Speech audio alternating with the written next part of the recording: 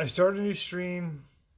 It should be a better signal so we get a less lag. That was the entire point of backing out.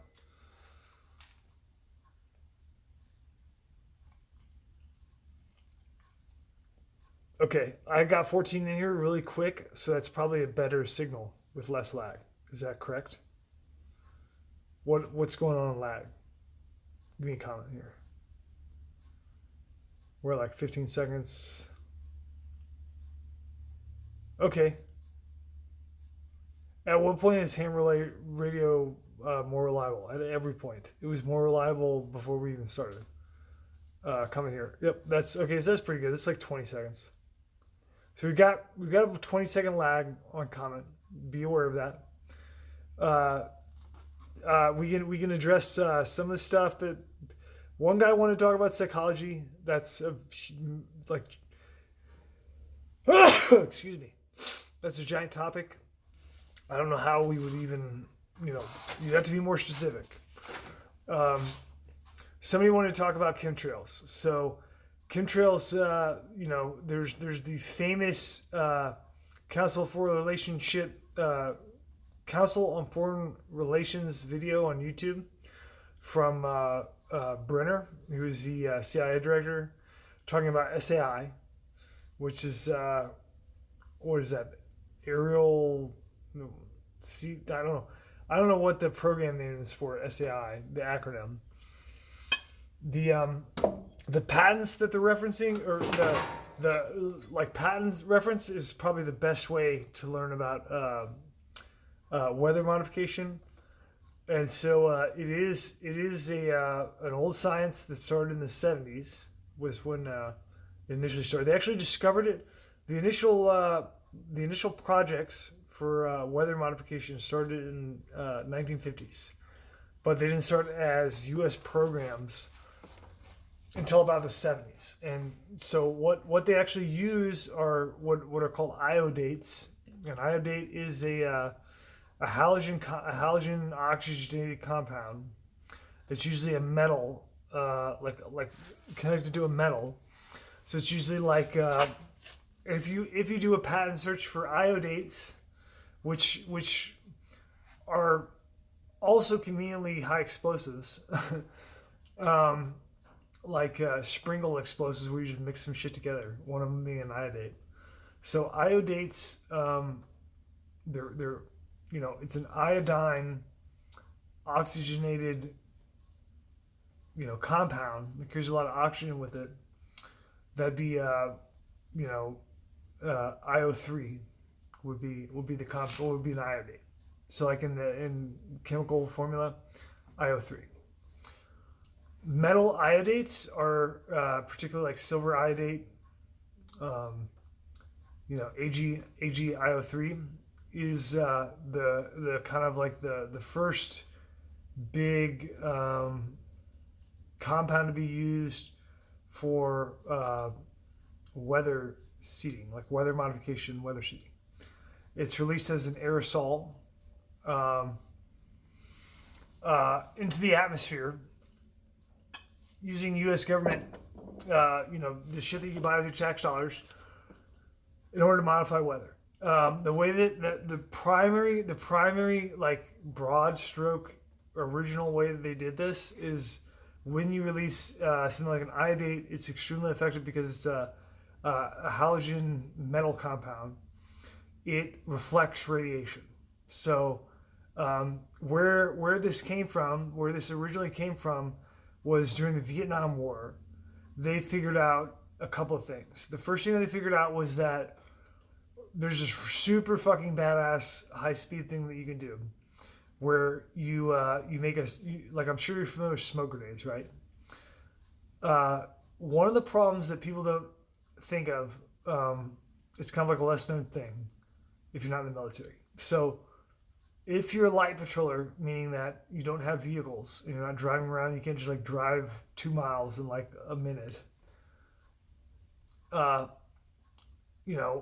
You run into issues with connectivity in radio communication. One of those is line of sight limitation, because if you're using VHF or UHF bands to communicate on radios, or airband, whatever, like 30 megahertz through 450 megahertz, anywhere in there. You can run into issues with line of sight connectivity when you're at low elevation. So this comes into problems when you have like mountains and shit in between you and something else, or if you're like down in a deep depression, something like that. How that looks is like you're trying to put a radio call out, you can't fucking get shit out. Nobody can hear you. A lot of times it'll be situations where it's like they should be able to hear you. Everything's good. You're within range of the wattage output of your radio, so you should be pinging them, and they should be hearing you. But because, you know, Murphy's Law, like, you know, Mother Nature's a bitch, and this whole thing's fucked up. And so you're just not gonna be able to get through. So you need like more power, or something else. What they usually do in the military is erect an antenna and throw an antenna up. Well, what they figured out was that, you know, for light patrollers, like when I was light patrolling, we used to keep in kit coax so that we could rig up antennas based off of the wavelength formula, you know. So whatever radio you're on, whether it's like SYNCARS or whatever, you just rig up an antenna and then you like use coax, like really thin coax, wind up an antenna, and you like toss it up in a tree or climb up in a tree or whatever, and add, you know, 50 feet to your antenna height to make a transmission that you need out. That's one way to do it. That's the old way. That's like the way that, you know, that's like from like World War II up until, I mean, they still do it now, but the high-speed spook way is that you make grenades, smoke grenades that use like carbides and stuff like that in the composition in order to act as a reflective antenna. So you know, like this technology came around in Vietnam, and they would use it with like the SEALs and shit. So like when the SEALs are out on like alert patrols, like straight up fucking tiger camo with the fucking you know, up in Laos and shit, like just waxing zipper heads everywhere, and they can't get the comms through, and they got nothing, you know, like they're not getting any support or anything. They're just on their own. Like nobody's fucking. You're not gonna get McNamara to come down there and like bail you out, right? They're on their own. So they came up with this high-speed shit at the end of the war. It really took until the end. They really didn't have it during the war. It's more of like a pro-tech thing, where you can take certain materials and add them to your smoke composition. So you use your fucking you can deploy it as two things. You can use it as number one. You can do a certain comp as a jammer that will block radio signals. So that's really good in like, especially like shit that you launchables. So like 40 mil, like you make like 40 mil rounds with the shit. You can shoot it at enemy, and then they can't like call out. So they're just in like a gas cloud of shit that they can't call a radio signal out of.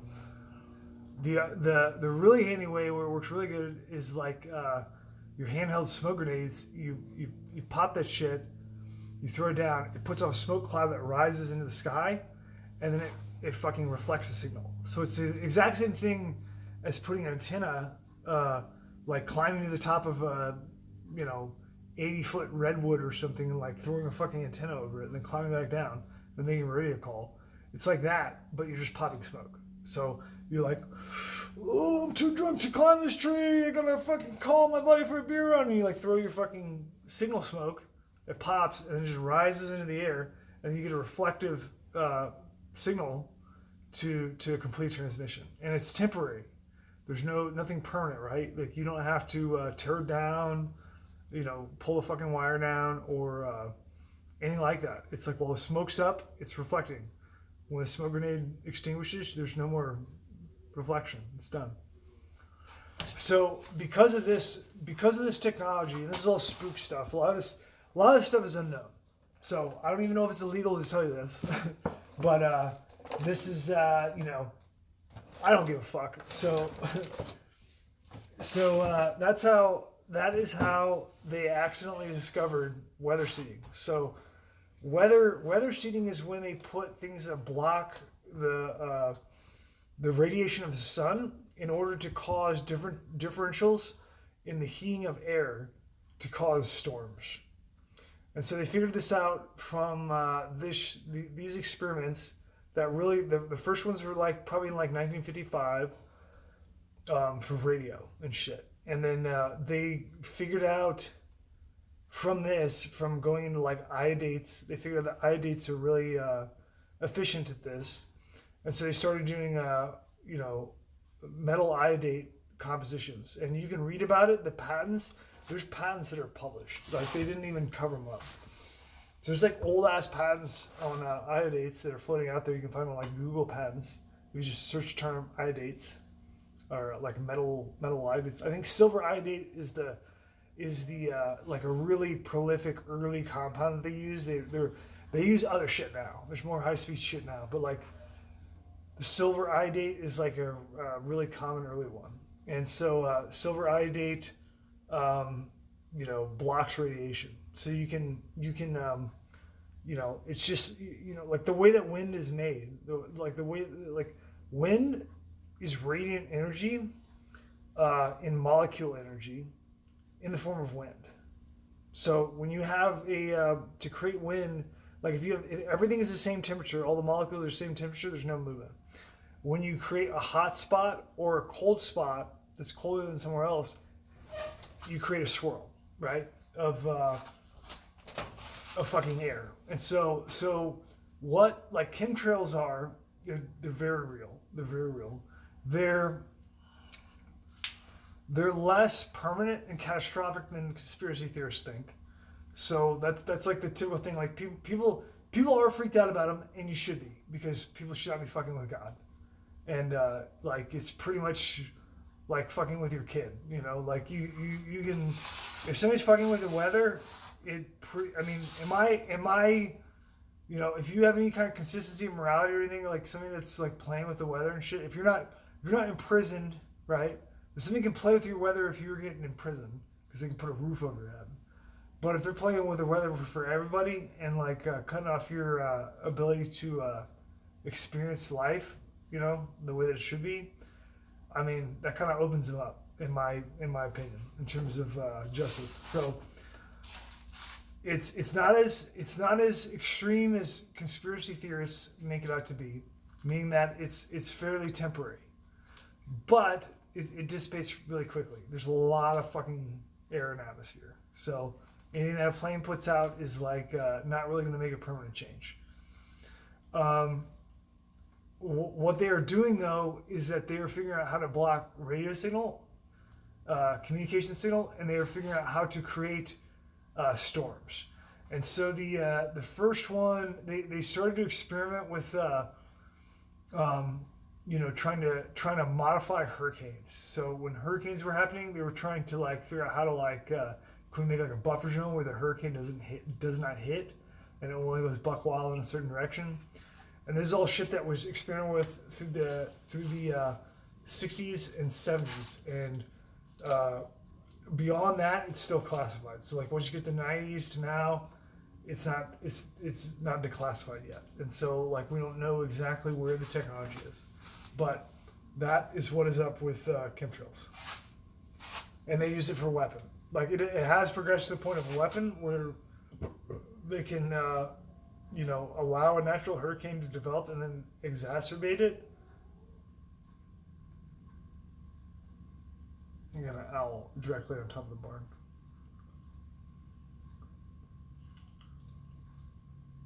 They can exacerbate the fucking. They can exacerbate the hurricane, or they can prevent a hurricane from hitting somewhere. Which it's kind of interesting, because it's like we get hurricanes in the United States. Why aren't they preventing it? Well, I mean that's the entire moral question of the whole thing, is like, should you be fucking with the weather anyway? If you are, doesn't that make you responsible for of course they're not responsible. Like, humans should just not be fucking with the weather, but it opens up an entire can of worms as soon as you do it.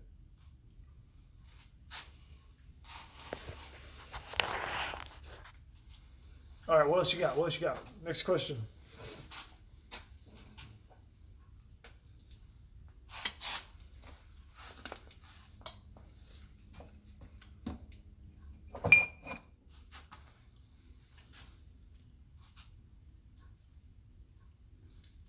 Yeah. It takes a lot of idiocy to fuck with the weather.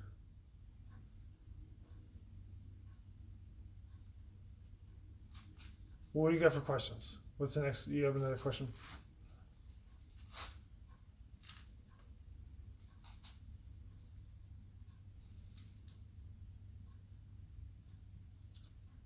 I don't want to go too late, so I'm trying to pack them in here.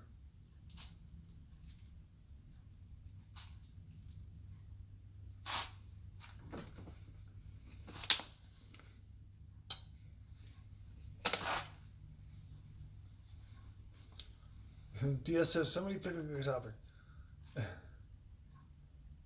Thinking. It's too broad of a topic, I'm sorry. I can't do just thinking in general. It's too broad. On racial radicals. I mean, like in what regard? Israel versus Palestine? We talk about Israel versus Palestine. You have to be specific, though.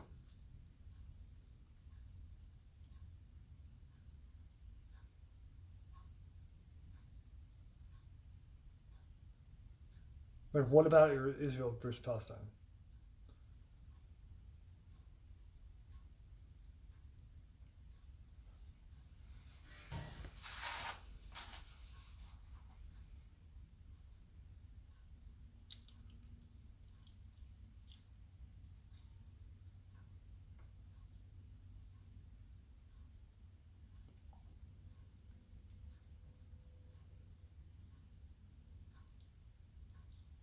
All right, man. Have a good night.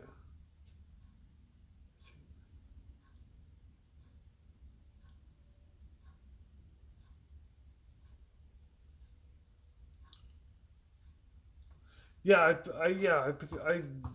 I stream with Pacone whenever, whatever. I mean, we chat on the phone and shit.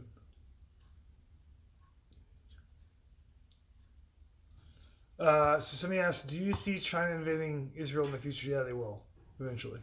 It's inevitable. It's a it's a logical. It's like a chessboard move, right? Like you look at a chessboard, like China is going to invade Israel eventually.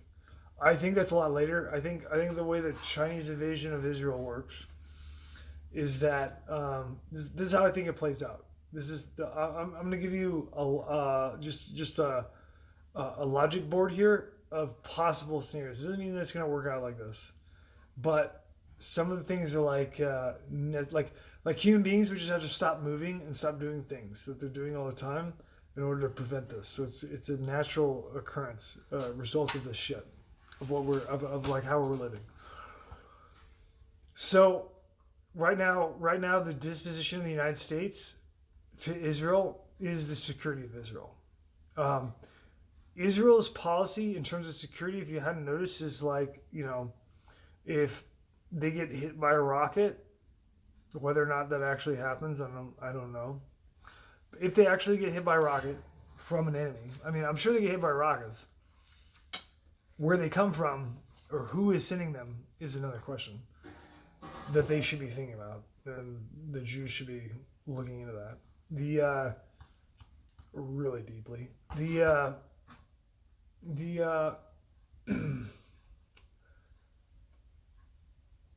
response of the Israeli state to like a rocket attack is I mean, even if you took the Torah and said eye for an eye directly, their response is a hundredfold.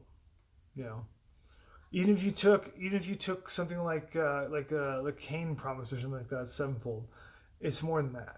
And so it's disproportionate in the first place. No judgment on that. It's just I'm just pointing out, like, this is not a proportionate thing. Violence is like, I hate the word violence. I hate talking about these things because they're completely loaded with everything that anybody's ever heard about. So I can't use the word violence without people being like think of every fucking news report that's been like violence, like every fucking school commie that's been like, you know, nonviolence. Like you just can't even use the words anymore. They're just meaningless, you know.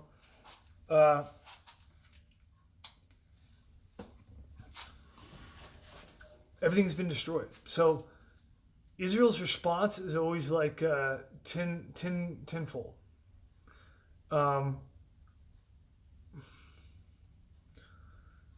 There's a reason for that.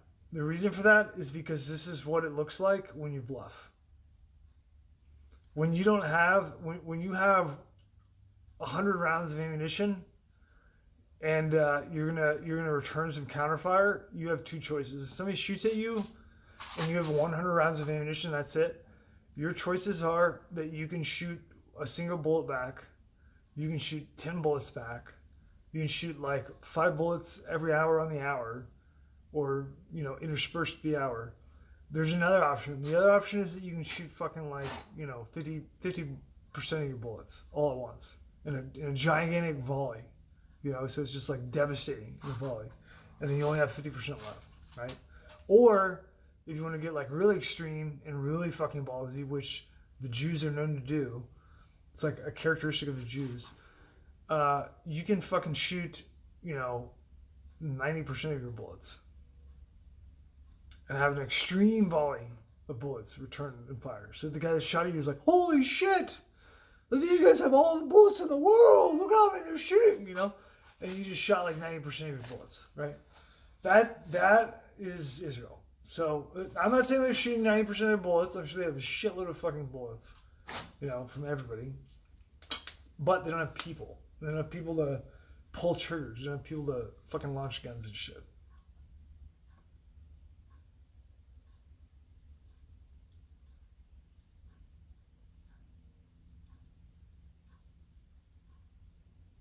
There are people, you know, they have a limited number of people. They're in a tight space, right? So what they're doing is making up for that by hitting extra hard. It's not really. It's honestly, they make it look like it's revenge, so they look like they're more cruel than what they want to be. What it really is that they want it to look like it's hardcore revenge, so that nobody thinks in the domain of like these people are just a few people hanging out, you know. That's the entire thing that's going on. So they over respond so drastically so that it's like, you know, people don't think about like what the numbers really are. Why? Because they're completely fucking surrounded by Arabs everywhere. You get what I'm saying? Now, they've already dealt with that before in a war, but that shit was closer than what is comfortable, okay? They don't want to do that again, where they fight every Arab country all at once, right? Especially nowadays. So, you know, like after they've left the little tracker that they've left, shit's a little bit different now. So, you know, the thing that really secures Israel is the United States. Right now, the United States is getting trashed by Jews. They're destroying the United States. So, you know, Israel is going to lose the United States because they're going to take down the United States. So then the United States is not going to be there as the big boogeyman, you know, law enforcement agent for Israel, for the state of Israel, right?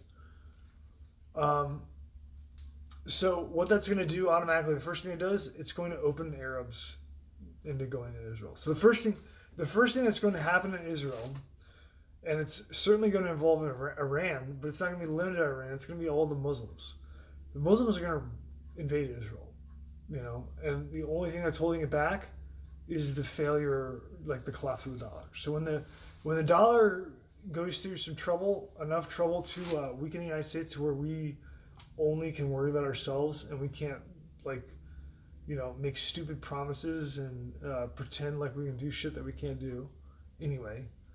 Once that reality sets in and we have to worry about ourselves, Israel doesn't have anybody to protect them anymore, you know. And, you know, especially with their closer people around there, like they may be able to pay somebody to be a mercenary army for them. I think it's going to be tough for them because I think nobody likes them. So, they've kind of like burnt out their welcome. So I think that like when the going gets rough, they're really going to be having a hard time with that. And they just don't know it. They just haven't thought about it, surprisingly. At least in a public way. In like among the Israelis, they don't really like, I don't really think they consider this. They're just constantly on the edge of like bluff territory of like, we're badass. Like, it's going to completely bite them in the ass. And so, after the Arabs come through, because of destabilization, it's going to give just right up front in the international, in the shadow of what used to be an international press that's going to be completely fucked up now because the shit that's going on. Like, nobody's going to give a fuck about anything. That entire charade is going to drop. It's going to leave the opportunity for China to be like, we have an international press too, and they're just going to be like coming into Israel and taking the motherfucker from the Arabs. That is what's going to happen. In one way or another. I don't know how soon. I don't know if it's going to be like directly after fucking the Arabs raid Israel, like coinciding. But if it wasn't, it's going to be in the aftermath of the weakening of the region. Because China's already in the region. And China is the direct competitor to the United States in terms of Israeli contracts and shit. And they're bidding on construction plants for Israel. The way that Israel is doing it is they're going the classic Jew method of like USA, the guys who like fucking like, saved us from the Holocaust. China says they'll make this for $5 cheaper. Like, you can't make this plant cheaper? Why don't you go $10 cheaper? That's what the Jews are doing over in Israel.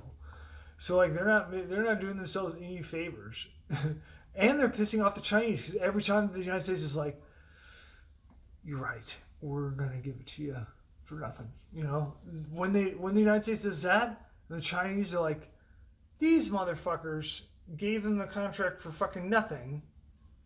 Oh, what the fuck?" When they do that, they're creating animosity with China. Every time. So it's like they're taking the immediate gratification of the immediate benefit of just like getting like a cheaper deal right up front. And they're just angering and swindling both countries to where, they think it's not a big deal, but they do it over and over again. And so it's like it adds up. Obviously, China is going to take over that entire region once this weekend, once the United States this weekend. Which is ironic because it's like the Jews are the ones that are creating all the, prelude to the war with China for the United States. When the United States is at war with China, I mean, that shit's only going to go so far. After a certain point, like, nobody's going to give a fuck about anything except their backyard. And, like, no matter what, even if we win, like, we're going to be like, yeah, okay, that cost way too much, way too many lives. Nobody's going to give a fuck about Israel. They're going to be on their own. It's their own fault. They push too hard. They want too much all the time. It's the way that it goes. So, that's how China gets in there.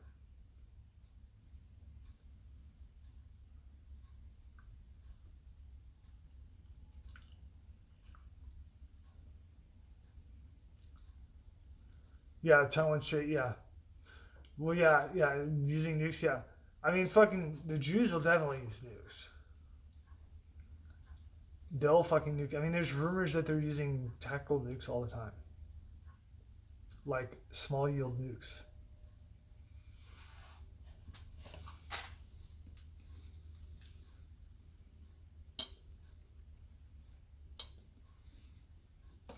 But that's what you have to understand. What you really have to understand is that the reason, like the international press, this is what's so fucking crazy about the whole thing. What's so crazy about the whole thing, the Jews in Israel, like the Israeli cabinet, like Netanyahu and shit, they'll do shit like they complain about the UN constantly. They're like, the UN, they're like trying to destroy Israel. Israel has a Rockefeller museum with artifacts from Egypt.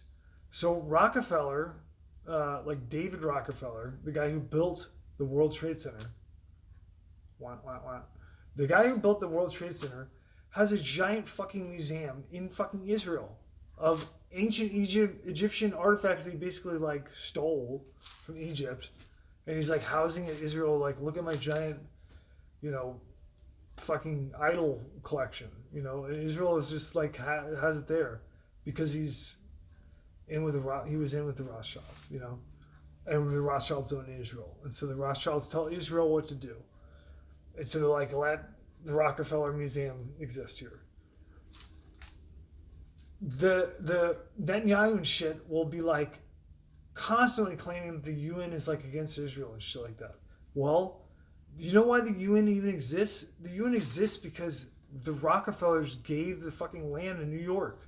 They donated the land in New York to the fucking League of Nations that became the UN. When the League of Nations were around and the UN like started to actually start to replace it, and they did the whole, like pressing of it and everything, the Rockefellers donated the land in New York City for the UN headquarters.